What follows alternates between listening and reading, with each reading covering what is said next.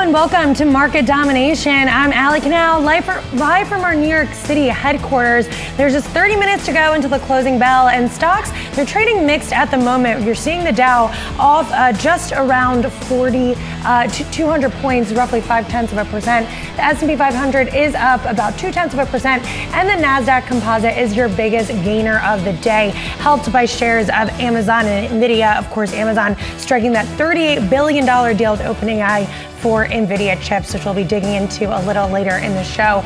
But for now, let's welcome in Inez Ferre, joining us to break down the headlines. So Inez, what are you seeing in markets this afternoon? Hey, Allie, as you just mentioned, the market's mixed right now. It's really the NASDAQ that's been doing any of the lifting. But if we take a look at our Wi-Fi Interactive, you'll see there the NASDAQ S&P 500 up slightly. And then if we just take a look at the 10-year Treasury, I've been watching that going higher, up about to 4.11%. Also want to mention the US dollar index. That has been inching higher as well. That tends to not bode so well for crypto, which I'll get to in just a minute. But just taking a look under the hood at equities, I mentioned the NASDAQ. Well, this is the Dow Jones, but look, the Dow is down. The only ones really in the green are Amazon and Nvidia. And also on the NASDAQ 100, we're seeing that they have been doing the heavy lifting there, with Nvidia up more than 2%, Amazon up more than 4%, and Tesla also higher. Do want to mention that we have seen some pressure on cryptocurrencies, Bitcoin down more than 3%. And then just taking a quick look at oil, we have been seeing oil steadying. This is after OPEC raised its output for December, but put a pause on hikes for early 2026. The market is seeing it as OPEC blinking basically in the face of an oversupply in the market. Allie? Inez, thanks so much. Well, with uncertainty building, the Federal Reserve is proceeding with caution on the pace of reducing interest rates.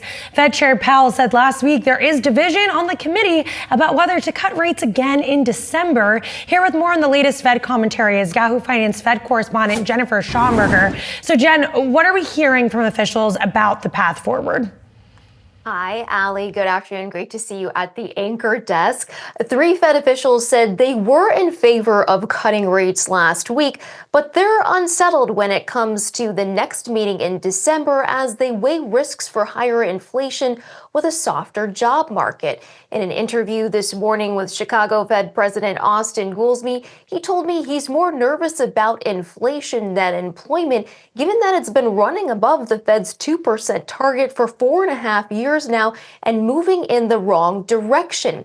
He said if we're just counting on inflation to come down because it's transitory, that makes him uneasy. At the same time, he acknowledged that given the government shutdown, the Fed is not getting a lot of data on inflation, making visibility poor.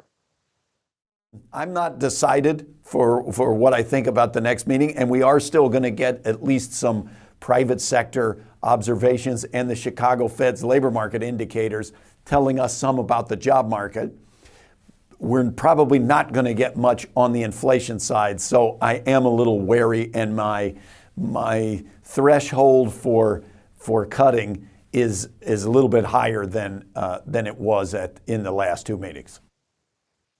Elsewhere, San Francisco Fed President Mary Daly said she also agreed with the decision to cut interest rates last week. But when it comes to December, she's going to, quote, keep an open mind as she balances the risks of higher inflation with weaker job growth.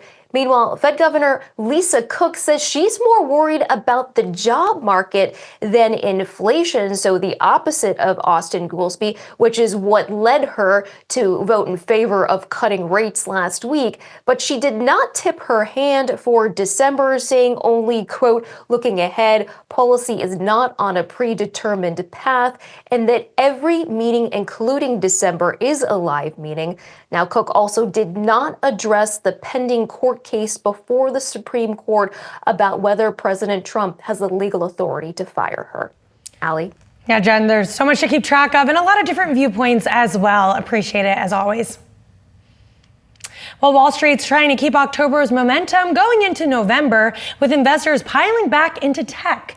The S&P 500 and NASDAQ getting a boost from a fresh wave of AI deals, even as markets brush off risks of a longer government shutdown and a possible pause in Fed rate cuts. So how should investors be positioned heading into November? Joining us now is Michael Sayers, Vice President and Portfolio Manager at Rockland Trust. And Michael, I mean, there is just so many unknowns in the backdrop there. I mentioned the uncertainty around Fed policy. Of course, there's a TBD of trade, the ongoing government shutdown. So what do you think? Can markets keep this party rolling and keep the momentum heading into year end? Hi, Allie, and thanks for having me. Yeah, I think historically speaking, if you think about seasonality at this time of year, it usually is the winners that continue to win. And so I do think it's likely that the technology companies, the Magnificent Seven, are likely going to carry us through to the end of the year.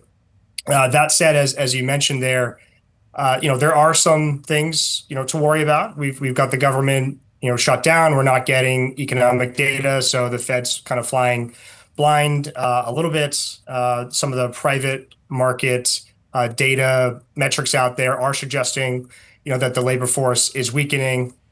And then, of course, you've got inflation creeping back up. So I think we're okay from now until the end of the year, but I wouldn't be surprised if we had a little bit of a growth scare, if you will, early in 2026 and potentially a rotation towards some of the defensive sectors. Now, to that point, the debate over valuations, that's been a conversation that we've been continuously having. And we've seen these circular investments among some of those Mag 7 players. I mean, Amazon just today announced a $38 billion partnership with OpenAI. We have Oracle's $300 billion tie-up, NVIDIA's ongoing dominance.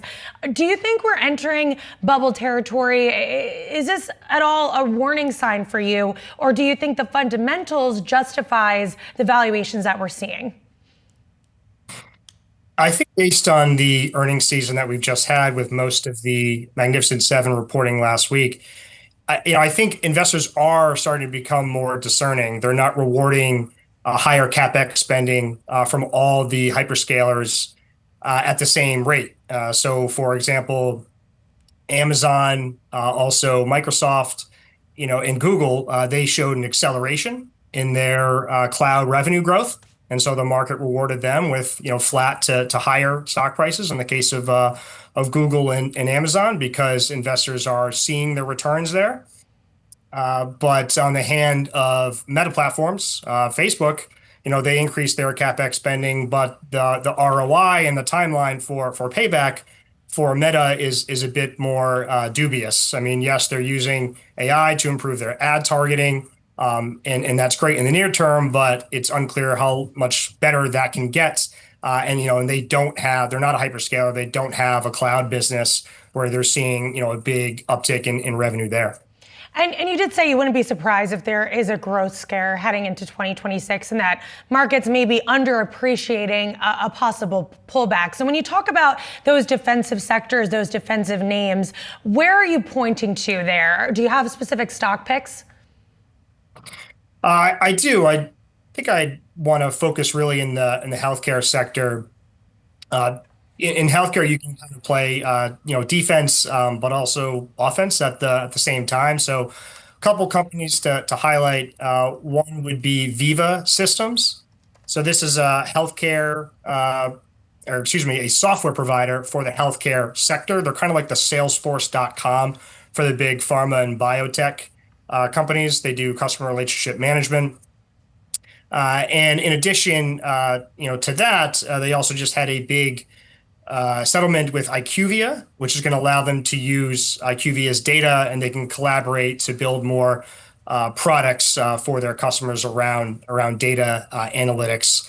And then also that same settlement is going to allow them to sort of improve the rollout of their AI bots for customers. And so they first started rolling those out back in April, those AI agents. So we think the combination of those three things there is going to show some pretty big uplift for Veeva. Yeah, the healthcare sector is only up around 5% year to date. The tech sector, though, is up around 30%. So that just goes to show some of the dispersion there among some of these sectors. But Michael Sayers, thanks so much. Appreciate your insights. Thanks, Allie. Well, coming up, we dive into the latest big AI deals on Wall Street, plus a look on some of the trending tickers on Yahoo Finance. That's next on Market Domination.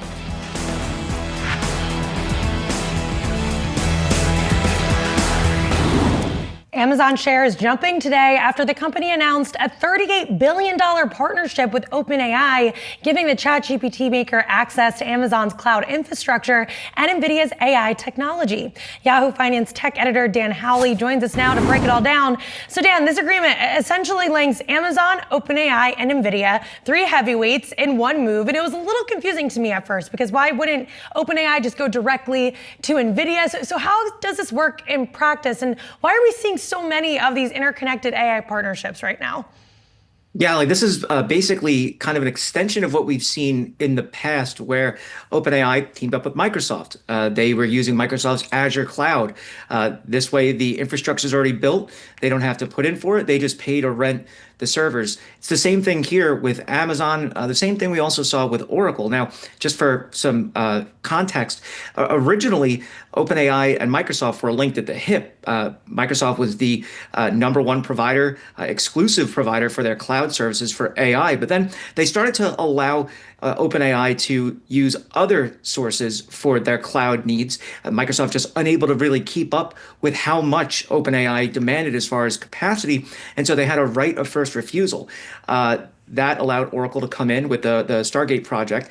Now, last week, we saw OpenAI and Microsoft sign a new deal, basically cementing OpenAI's ability to turn into a public benefit corporation. And as part of that, Microsoft no longer has that right of first refusal. And so OpenAI is free to go and work with the likes of AWS. Now, this is a big deal for AWS because prior to their earnings and prior to this even, there was discussion of them falling behind perhaps in the AI race just because the fact that they didn't have a huge name customer like OpenAI. Yes, they had Anthropic, but they split Anthropic with Google more or less.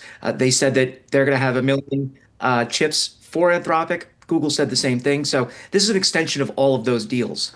And another big AI deal to note, you were just talking about Microsoft, and Microsoft announced a $15 billion investment in the UAE, along with approval to export advanced NVIDIA chips there. So Dan, what does this move signal for Microsoft and its global AI strategy? Yeah, this is something that Microsoft's been trying to do for some time now, and it essentially allows them to build out these data centers in the UAE using NVIDIA's chips. There's been some concern about the UAE's ties with China, how that could play out as far as security goes. That's kind of what's held up these discussions or these plans in the past. But now the Trump administration allowing it to move forward and allowing the NVIDIA chips to kind of flow. And we've known about the fact that the UAE is going to get some NVIDIA chips for quite some time. When President Trump had visited there earlier this year and said that, look, we're going to allow NVIDIA chips to come to to go to that country rather, and so that appears to be what this is all kind of linked to. And for Microsoft, it means another region where they can stand up more AI infrastructure. Remember, AI infrastructure isn't something that just exists in one country. It has to be set up around the world for global customers. Yes, information can travel incredibly fast, but it's limited. Even if it's traveling at light speed, it's still limited by the speed of light, which can result in delays. And so, standing up data centers in regions around the world isn't unheard of. It's just that this is running on AI and NVIDIA's chips. Yeah, Dan, all these deals keeping you very busy these days. Appreciate it. Amazon Web Services and OpenAI inking a new multi-year partnership, a $38 billion deal that's adding fuel to the AI trade. It comes just as big tech wraps up earnings season, with roughly 300 S&P 500 companies now having reported third quarter results. Joining me now to break it all down, Mark Mahaney, Senior Managing Director and Head of Internet Research at Evercore ISI. And Mark, you called Amazon's third quarter the AWS unlock quarter. So how does this news, the OpenAI partnership, really fit into that story? And is it a sign that Amazon's AI momentum, it's just sort of getting started here? I think yes to all of that, what you just said. So I think the AWS unlock continues. We had sort of had a sneaky suspicion that there was a compute deal in the cards somehow for OpenAI and for AWS.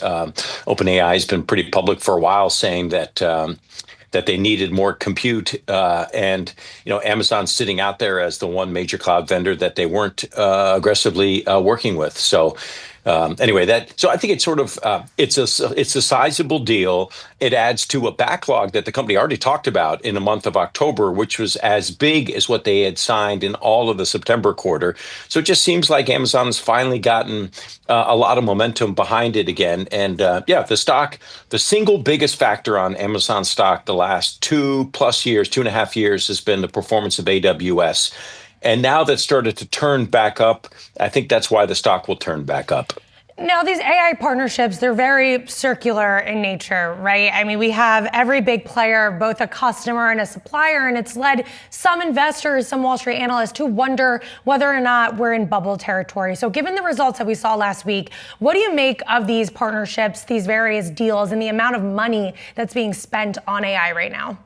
Well, the amount of money that is being spent is unfathomable, or at least it wasn't fathomed by me and most market participants a year ago, maybe even 6 months ago.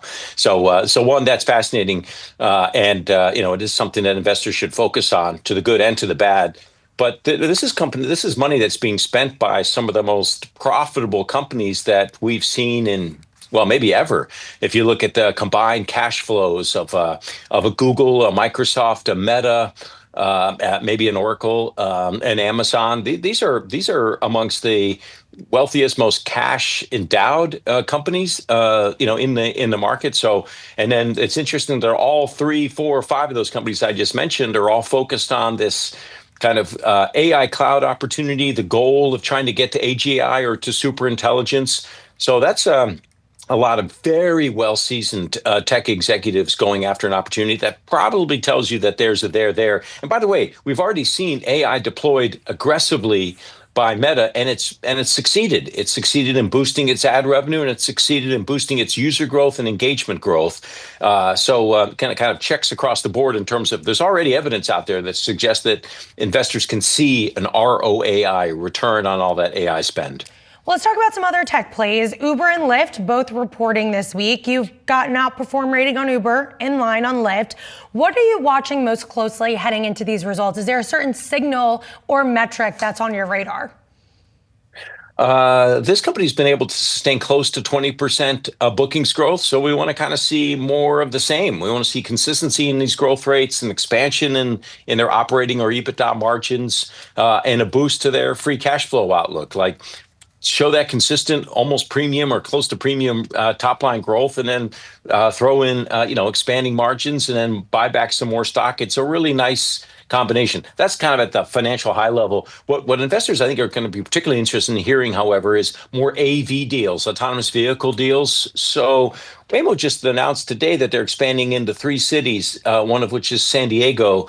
And I forgot the other 2. But the question is, are they doing it on their own, or are they doing it in partnership with an Uber? I think Uber's play here, the move in Uber stock from the beginning of the year from 60 to 90 was they proved that a large AV company, robotaxi company like Waymo, could go onto Uber's network and have success. And that was proven in Austin and in Atlanta. Now the test for Uber going from 90 or 100 up to 120, 130 is whether they can show that there are multiple robo-taxi companies or AV companies in different cities and different markets that can do this. And I think we're going to see that is in fact true over the next 3, 6, 9, 12 months. And if that happens, I think you'll have the stock go higher and higher. So that's the specific news I think investors are going to be listening for. What's the robo-taxi update? So for Uber then, I guess how much of that AI-driven story is really baked into the stock at this point, rather than its core rideshare business? It seems to me that you think it's all about AI, autonomous driving, and robo-taxis moving forward. It's a mix, I guess, is the honest answer. And you're asking a question that's very hard to answer, but it's a mix. I would just, I look at the growth rate of Uber, how quickly it's growing its cash flow, and I look at its multiple, and that multiple is still at a pretty significant discount to the growth rate. So that tells me, if it's trading at 20 times earnings, but it's 20 times cash flow, but it's growing cash flow at 30%, that tells me that the market isn't quite certain about what AI means to the future of Uber, for good reasons. We don't know that It's not going to be Waymo's world. Tesla could still come out and really shock people in the market. So there may actually be a closing window of opportunity here for Uber. It's hard to tell. My guess is that it'll be an opening window, that they'll be able to work with multiple AV vendors, but we may be wrong in that assumption.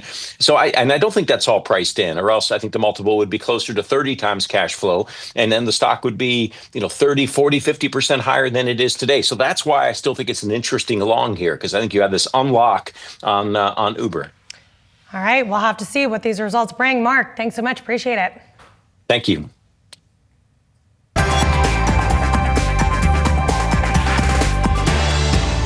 Now time for some of today's trending tickers. We're honing in on some of the week's big earnings movers, AMD, McDonald's, and Spotify. Starting with AMD, reporting Tuesday after the close, investors will be looking for the AI growth story. Remember, AMD signed a major deal with OpenAI last month to supply AI chips. Joining me now at the desk for this is Brooke DePalma. So AMD has just been on such a significant tear, Brooke, and even over the past month, I believe shares are up just around, 60% over the past month. And that's on the heels of a lot of these partnerships that have been announced across the board.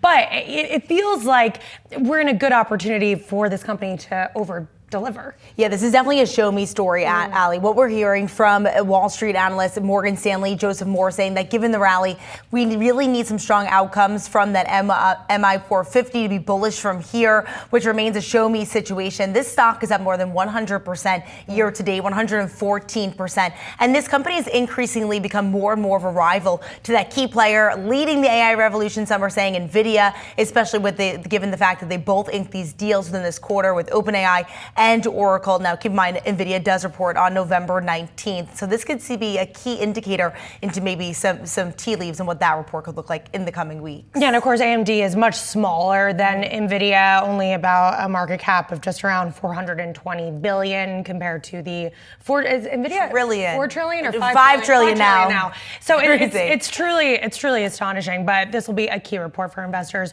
to see how the AI trade is playing out here. And I want to also bring up McDonald's because results are out Wednesday morning, and this is a key report to watch after we've seen Chipotle and Shake Shack report lackluster results because of the fast food consumer, and we're seeing that consumer pull back a bit, Brooke. It's really the story of the haves and the have-nots when you look at the higher income versus lower income. Yeah, what we've heard so far and what Wall Street is really expecting from this report is a key insight into did McDonald's regain its leadership yet again this quarter. We saw them see a reversal in the U.S. same-store sales slump last quarter. Now this will give us insight from July to the end of September. And during that time, McDonald's did everything it can to reverse that, including the return of the snack wrap, lowering the cost of their combo meals by about 15%, and the addition of what they called extra value meals at a $5 and $8 price point. Now, Wall Street does expect U.S. same-store sales to grow by about 2% yet again this quarter. And also there are some key catalysts coming into the end of this year and into 2026, like some new beverages,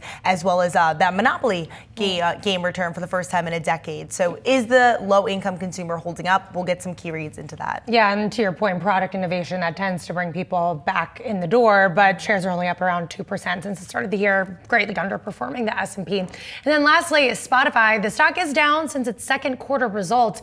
Investors were disappointed in the guidance from that report. We also got the announcement at the end of September that CEO Daniel Ek is stepping down at the end of the year. So Spotify, sort of losing a bit of the momentum that we saw to kick off 2025 due to the guidance misstep, but it feels like they have catalysts and tailwinds that they can kind of lean in on. One is a potential price hike that more analysts have been talking about. Yeah, that's exactly what I'm keying into. Deutsche Bank out with a note today saying that we think more price increases, potentially expanded shareholder returns, and regular way music pricing step-ups from others could be incremental positive events happening in 2025. That's really three catalysts that the street's really looking for here. Yeah, we'll see all these results coming up this week. Thanks so much, Brooke. And coming up on the show, the closing bell on Wall Street. We'll get results from Palantir. Stick around.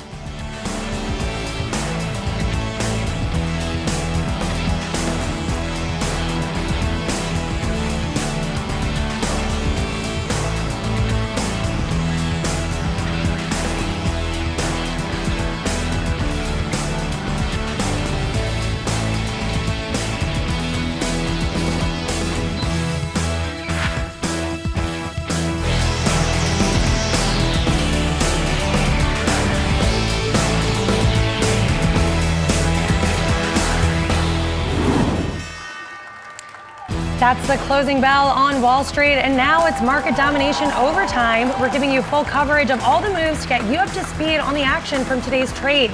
Yahoo Finance's Inez Ferre joins us now with the latest market action. And Inez, it looks like we closed mixed today. We have been mixed throughout the day, Allie, and sure enough, we have closed mixed with the Dow down about 0.5%, the NASDAQ composite up about 0.5%, and the S&P 500 up 0.1%. Taking a look at the bond market, we have seen the long end of the curve going a little bit higher for these yields, with the 10-year Treasury note and the 30-year also going higher. The U.S. dollar index also inching higher as well. But under the hood, when we take a look at equities, we saw, as I mentioned, a mixed picture with communication services that have been under pressure. Consumer discretionary, though, up almost 1%. That's been the leader, as well as technology stocks. And that's because really the biggest movers today that we saw were Nvidia up more than 2%, ending the session just below its record close from last month. Also, Amazon closing at a new record high at $254 per share, up 4% after that OpenAI deal, and really extending the gains that you saw from Amazon from last week. Also, Tesla higher, up more than 2.5%. It's going to have its shareholder vote this week. And Palantir, which is reporting results after the close, up more than 3%. Taking a look, though, at cryptocurrencies, we have seen weakness here, and we're looking at Bitcoin that's down more than 3%. It had gone down below $106,000 level per token, and Ethereum down 7% for the session as the cryptocurrency market has really rolled over today. Inez, thanks so much for that breakdown. Appreciate it. Well, tech stocks, once again, the standout on Wall Street, driven by AI deals for Amazon and Nvidia. And my next guest isn't too worried about the recent big moves in big tech. Joining me now is Cory and partner Amy Kahn. So, Amy, let's start with this new deal we got just today. Amazon, OpenAI, Nvidia. Seems like we keep hearing about all these circular deals, and there has been some talk about whether or not that's, bubbly activity. Sure. So what are your thoughts on the tech trade right now? I think you hit it right on the head, Allie. This, along with the fact that the economy continues to be quite resilient, and the fact that the monetary policy is now more supportive than 9 months ago, it's all, again, explaining the U.S. exceptionalism that we have seen thus far. The fact that the AI move, if you would, it's really fueled by a lot of these headlines, as you've noted, and it's great if you own some of these companies, but at the same time, it is also a worry because, from my perspective, to an extent, a lot of investors are starting to wonder, how does all this money, how do you fund it, first of all, and how does all this money translate into corporate profitability? I think that's a bubbling up question, quite frankly. Well, let's talk about some of that funding, because we have a company like Meta that's tapping into the bond market. Mm-hmm. When you see that, is that a sign of confidence, just taking advantage of easy money, or is it a warning that some of these heavy investments are starting to weigh a bit on balance sheets? Yeah. I think in general, when you kind of just zoom out a little bit, a lot of investors have questioned whether this is a resemblance of the dot-com bubble back in the 1990s. And to an extent, there are some similarities. But to your point, a lot of the investors today into AI are the big mega caps with very strong balance sheets. So to answer your question, I'm not as concerned when they go into the bond market, because quite frankly, to issue shares at these very elevated levels could be another question mark, right? And so when you think about these big mega cap companies, a lot of their cash flow metrics are actually quite healthy, number one. And then two, their total debt to EBITDA metrics, as another perspective of looking at it, is still quite healthy, relatively speaking, to their own history as well as to peers. So from that angle, I'm not as concerned as they're going into the debt market to try to get some of this funding. And you said in your outlook that markets are shifting from fearful to fearless. Is it the AI boom that's really driving that, or are there other factors at play, whether it be the Fed starting its easing cycle and maybe even some of the fundamentals for some of these non-tech companies as well? You're probably seeing it more with the tech space, quite frankly, and that fearless aspect is certainly, again, the resurgence of this AI trade. A lot of the headlines, as you've noted, really fueling this party, quite frankly. And to the extent that corporate earnings are supportive of those headlines, the party continues. But I think the fact is a lot of investors are expecting that earnings will be sustained going forward, and it's probably to continue. But at some point, the party does run out of steam. And I think that's where you want to be, quite frankly, looking at your portfolios today, thinking about market concentration, thinking about how do you diversify into the other aspects of the market that have not been showing as much momentum. We're probably not seeing it as much with the non-tech names. In fact, market breadth has actually been quite negative, relatively speaking. And that, in my opinion, is a critical factor to a sustainable rally. You need other parts of non-tech to also join the party. And we've been hearing that actually for quite a few months now, that breadth is not where we want it to be. Yet at the same time, earnings overall has been strong. 83% of companies have beaten estimates, marking a 4th straight quarter of double-digit growth. That's according to FactSet. So where do you still need to see this broadening out? Where would you like to see strength migrate from tech, some of these other undervalued parts of the market? Absolutely. So a lot of the earnings metrics that you've just noted, big majority of that is still coming from the mega caps. So if you think about, the top 10 holdings, it's 40% of the market cap of the S&P. And again, diving into earnings, a lot of those mega caps are contributing more than half of the earnings. So we really do need to see the non-tech components, if you would, start to join the momentum. And we are starting to see that. I think a lot of, for example, healthcare has had a little bit of a downer year, quite frankly, and is starting to show a little bit of color over this earnings season. So slowly, we are starting to see that. And we do hope that AI gets translated not just to technology, but other sectors as well, which will create productivity and hopefully drive into some earnings growth. And finally, Amy, you flagged the potential for a moderate slowdown in early 2026. We've been hearing that from quite a few guests at this point. So if that does play out, how do you want to be positioned in this environment? Sure. Yes, we are starting to see metrics, whether it's the labor market, the lower income consumer, start to moderate. And to that extent, we won't be surprised if, again, the economy starts to taper down a little bit. In this junction, I would be very much talking to clients about this concentration that we just talked about, where if you do have participation in the mega cap names, great. But let's talk about how much of that is, as a percentage of your balance sheet, and think proactively about downside risk from here on. And so again, not necessarily selling out of those tech names, but just being mindful of the role they play as it relates to one's balance sheet. And the one final note I would leave you, Allie, is the fact that a lot of these headlines that we are talking about, with these capex investments, et cetera, it's actually making some of these, many of these companies more intertwined. And so again, you don't want to get to the point where you just become as strong as your weakest link because they're so connected. And so again, downside risk is really important, I think, in this stage of the business cycle. Yeah, again, another warning that we've been hearing about. Amy Kong, thanks so much. Appreciate it. Well, breaking news, Palantir's third quarter results are hitting the wire. And let's take a look at where some of these numbers landed. So Palantir reporting third quarter earnings and revenue above expectations, also raised its fourth quarter and full year sales outlook. You're seeing shares up around 4% in after hours trading, revenue coming in at $1.18 billion for the 3 months ending September 30th. That's a 63% increase from the previous year and above the $1.09 billion Wall Street expected. Now, driving that revenue beat was Palantir's business in the U.S. Its revenue from U.S. government contracts jumped 52% to $486 million. That's above the $470 million expected. And the company's U.S. commercial segment saw revenue soar 121% to $397 million. In a letter to shareholders, CEO Alex Karp called Palantir's U.S. commercial business, quote, an absolute juggernaut. Earnings, like we said, exceeded expectations. Adjusted earnings per share of 21 cents was ahead of the 17 cents expected and more than double its EPS of 10 cents a share in the third quarter of 2024. Now, for some background here, Palantir sells its artificial intelligence software to businesses and governments in both the U.S. and abroad. Its tech does everything from supply chain analysis to surveillance and identifying military targets. So the government business has been especially important to this company, and it's something that Wall Street analysts have been looking at closely as the U.S. government continues to not only spend on defense, but also remains shut down. But that did not affect that fourth quarter guidance. Clearly not a factor at this point. We are seeing shares up, again, 4% in after hours trading. Now, coming up, we dive further into the Palantir report next on Market Domination.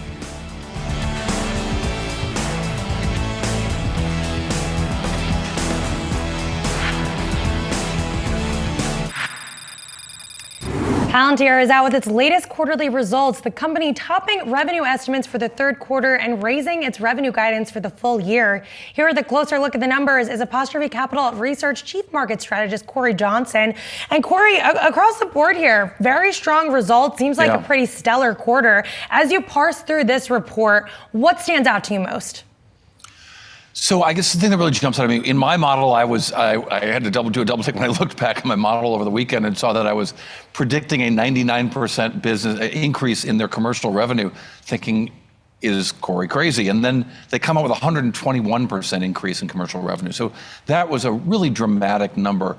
And now we don't have the actual hard numbers, I should say. In the press release, they give us percentages. In the presentation, which I have yet to see uploaded onto their site, we'll get some harder numbers about sort of the segment revenues. But they give us the percentages, and we can start to figure out what those numbers are, and they're really strong. It's fantastic growth in a business that was already growing at an incredible rate. So the rate of increase in this business has continued to accelerate. It's a very impressive thing to see, as has the profitability. So incredible profitability from this company. But you don't see the stock moving dramatically because it already moved dramatically. And there is such an intense retail interest in this stock. One wonders how the market is going to react to it when these numbers come out, because the retail sector tends to cheerlead when maybe the professionals tend to take a more measured approach. At least one might think so. Certainly, when the numbers turn bad, the retail flees, and so that was something to be concerned about here. But these are just really strong numbers from Palantir. Yeah, and a lot of this has to do with the valuation story, right, Cory? I mean, were these results enough to justify the super high valuation? Because we know in the past, Palantir has delivered solid results, yet the stock doesn't do too much considering how high of a multiple it trades at. So how do you view the results versus the valuation here? I mean, you say it doesn't do too much, but it's up 388% in the last year. So it might I mean, directly after the results, but yes, to your point, agreed. So we're in total agreement as usual. There's what we can see happening here is they were expected to deliver fantastic results, and they delivered fantastic results. I mean, this stock is insanely expensive by any measure, and you can estimate whatever kind of growth you want and however many years of this kind of growth going forward. But the stock is really priced for the cliche price for perfection. It is priced for this dream of all-encompassing Palantir AI, both in government services and in the US. Yet the company has told us that they're not going to sell everything to everyone, and they're going to limit what that audience is. So we shall see. I mean, there's some things I both love and hate at the same moment about Palantir. I love that they're so funny, and they've got this ridiculous merchandise on their website, limited edition T-shirts of Alex Karp's face comically altered, as if his hair isn't comically altered already enough, said with affection. But does that boost a retail presence in the stock who've got cheerleaders, not investors? At the same time, I love the fact that they do their earnings press conference on video. Helps my podcast, my video podcast on YouTube. They're on YouTube. I'm on YouTube. Great. Everybody can watch what Alex Karp and the guys look like. And there's no one more entertaining at a conference call, I think, than Alex Karp. But one, again, wonders if the company might want to temper some of this expectation around the equity share price as opposed to the really exciting business. Yeah, and look, now, Cory, we're in the red. We were up 4%. Now we're pretty much trading flat to the downside here. Yeah. But one thing that I realized is they didn't really mention their international business. And I'm curious if that comes in ahead of projections, because obviously the U.S. commercial side is crushing it. That's doing really well.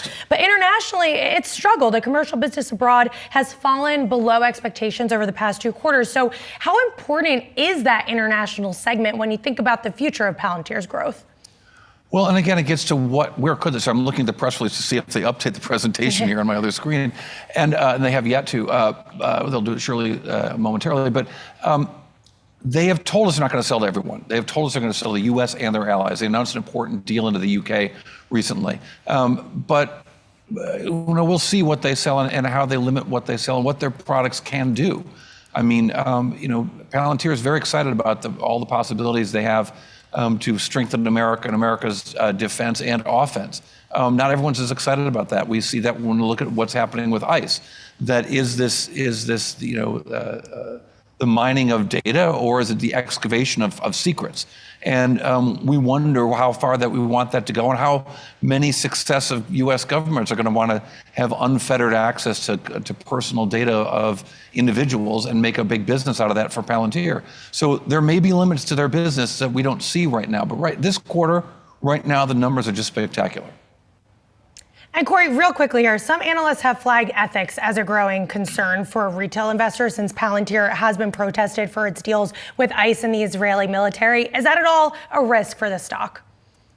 I think capitalism is winning over ethical concerns right now. I don't know that the retail investors are very concerned with people who are different than them and might suffer from some of the effects of these technologies. But I think it's someone everyone should think about and wonder how they want to invest and how they want to make money. All right, Cory, thanks so much. Appreciate it as always. Thank you. Well, for more on Palantir's business and its role in the AI race, tune in to Yahoo Finance's Invest event on November 13th. Palantir CEO Alex Karp is one of our key speakers on the big day. Plus, we have a slew of other heavy hitters on the docket, including Strategy Executive Chair Michael Saylor and Robinhood CEO Vlad Tenev, former director of the National Economic Council Lael Brainerd, and the Shark Group CEO Damon John are also all joining us with tips to help you build your wealth. So save the date. It's an event you can't afford to miss. Well, Tesla investors looking ahead to that all-important shareholder vote on Thursday, where CEO Elon Musk's $1 trillion pay package is on the line. Here are the three things to watch ahead of the event is Yahoo Finance senior autos reporter Pras Subramanian. So Pras, what are those three things, and how could this really shake up the board here for Tesla and the future of the company? Sorry, I'm listening to Cory talk about, how investors should invest their money. And this is another choice, right? Tesla, right? This is not your most standard company, right? And of the three things, the number one big thing is going to clearly be Musk's pay package. That's the one thing that's dominating all the headlines, potentially worth $1 trillion. Thursday's the day of the meeting. You'll find out then. Last week you had Chair Robin Denholm out trying to lobby people, big investors, both retail and also institutional, to vote for Musk's package, claiming that he wants control. We need to incentivize him. He needs to be here. He owns about 13% of the stock, and he wants to own about 25 when it's all said and done to exert that control. Right? Are there better ways to give him that control without all the money? That's what I've been talking to experts about. They're talking about different classes of shares. Musk says it's not possible.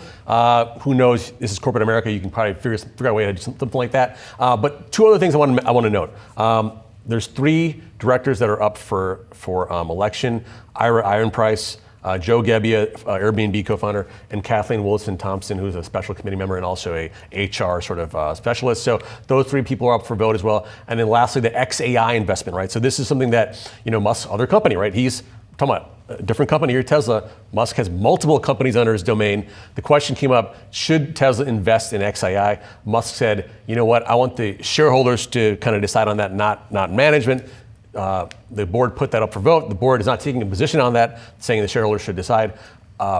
Proxy advisors like Glass Lewis say this is not a shareholder matter. This is a management issue. So we'll see. All right, so a lot to keep track of. And another story that we're following when it comes to Tesla is we have more lackluster delivery numbers for Tesla in Europe, being outsold by Chinese automakers in Denmark and Spain. So what does this say about the brand fatigue more globally, even outside of the US? I mean, they haven't stopped that sort of the bleeding in Europe, right? The last 8-9 months, they've been suffering massive losses there, Tesla sales, that is. Looking at the new numbers here for October, from the various auto bodies, France now up 2%, but that's because of the fact that they were down so much the month before. Norway, 50%, Netherlands, 47%, Spain, 30%, Sweden, almost 90%. Also Denmark, I see almost 86%. So these are like heavy losses. When the new Model Y came out, there was a talk that, this will spur sales. This will improve the situation in these countries, but it actually hasn't. The new cars there, this is the best-selling car, and it's not selling well. What's going on here? Is it the competition in Europe from Chinese automakers, like you mentioned, European automakers? Is it the Musk factor that's still weighing on these sales? Hard to say, but I think it's a combination of all these things that aren't looking good for Tesla in an important region in the world. Right, and the U.S., we saw record sales, but that was due to the expiration of the EV tax credits. So you wonder, even in the U.S., how that performance is going to shake out here. But perhaps we'll have to wait and see. Thank you.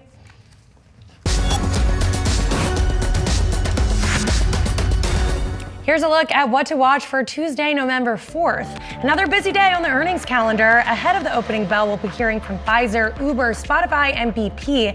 And after the close, chips are in focus, with AMD reporting. Other names we'll be watching include Pinterest, Rivian, and Kava. Now, it's a late day on the economic calendar thanks to the government shutdown, but we will get a look at the labor market with ADP's new weekly report. And speaking of the shutdown, Tuesday will mark the 35th day of the current shutdown, and that will tie the record for longest government shutdown in history. Investors will get more insight into the state of Fed policy. Fed Vice Chair for Supervision Mickey Bowman participating in a banking conference in Spain. This after Chicago Fed President Austin Goolsbee told our own Jennifer Schomburger he may not be in favor of a cut in September. I am uneasy with front-loading rate cuts. I do believe rates will come down, but in a way, rates should come down with inflation. I'm not decided going into the next meeting. I want to see how things are playing out. I do think the public announcements of layoffs, you would expect, if that is an immediate business cycle-driven matter, that you would start to see an uptick in the official unemployment insurance statistics. So a December cut, not a foregone conclusion, to quote Jerome Powell. Plus, Sam Bankman-Fried is heading back to court. Oral arguments are scheduled in SBF's appeal of his fraud conviction tied to the collapse of FTX in 2022. He's currently serving 25 years behind bars. And finally, it's election day in many cities and states across the United States. One of the key races Wall Street has been watching, New York City mayor. In the days leading up to the vote, polls show the race is narrowing between Democratic Socialist Zohran Mamdani and former New York Governor Andrew Cuomo. Well, that'll do it for today's Market Domination Overtime. Be sure to come back tomorrow at 3 p.m. Eastern for all of your coverage leading up to and after the closing bell.